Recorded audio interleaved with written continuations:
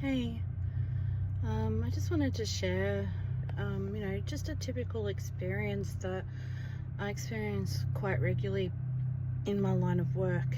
Um, and it just made me want to do this post because it just puts things in perspective and just makes me feel extremely fortunate to live in Australia. But essentially, there was a couple of things. And the first one was somebody was denied food from a homeless shelter. The reasons that they were denied are arbitrary bureaucracy, basically, which made me really angry. And the second thing was this woman, probably my age, I don't know, it doesn't matter. She has to stay in a abandoned house tonight, and she's been living on the streets for 6 months. She was a DV survivor, and when I stopped talking to her, I actually had to go into the bathroom and have a little bit of a cry, because this broke my heart, because when people are homeless and they need to ask to use the shower or use it, it's taking away their dignity. It's humiliating, and it had been, I think, 3 or 4 days, and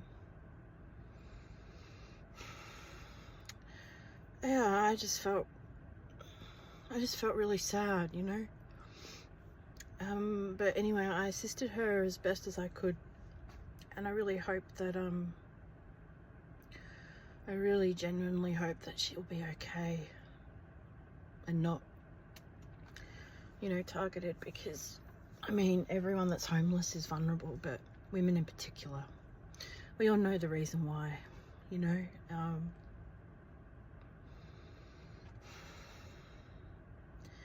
yeah, so I'm just feeling very grateful, even though things can be hard, and we say things like first world problems, and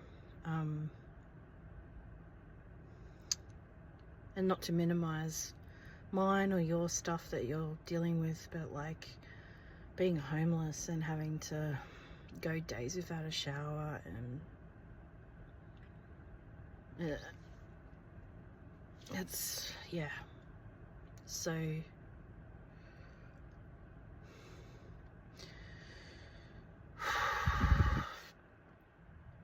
there was a saying that my parents used to say to me when I was growing up: there but for the grace of God.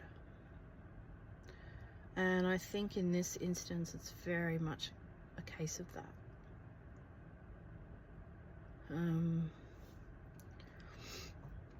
Yeah, so there seems to be more and more homeless people on the streets, though.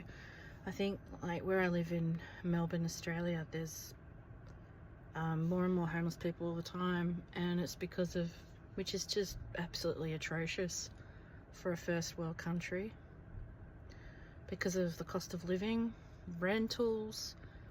There's a lot of pressure on Australians to actually own their own home and have a mortgage. That's a whole other topic. For some reason, we're very anti-renting culture here, which I think should change, because I know that having investment and having property is good for security, but like the most important thing is that you have a roof over your head. In Europe and America and other places, you can like have leases that are like, sort of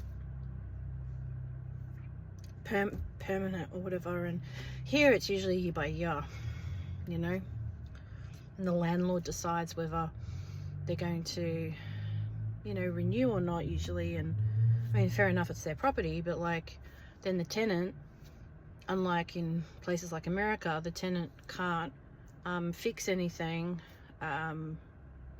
It's a whole, like, yeah. So the housing market's just ridiculous. No one can afford to buy a house, no one can afford to rent one. And then there's people in domestic violence situations, or toxic relationships of either gender that need to leave and can't because they rely on the other person's income as well.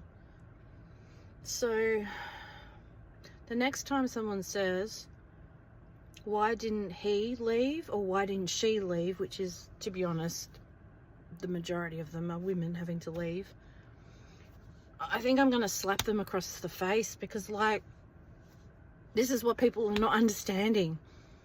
Like, how can you leave when you have to pay for accommodation, for bills, for this, for that? Like, it's always really upset me when people have said that, because it's not that easy just to leave. It used to be easier here, but it's becoming not so much that way. And I think that's the case in other places. I don't know. So yeah, the next time someone says that, anyway, that's my rant, my sermon for today. Hope you all have a good weekend.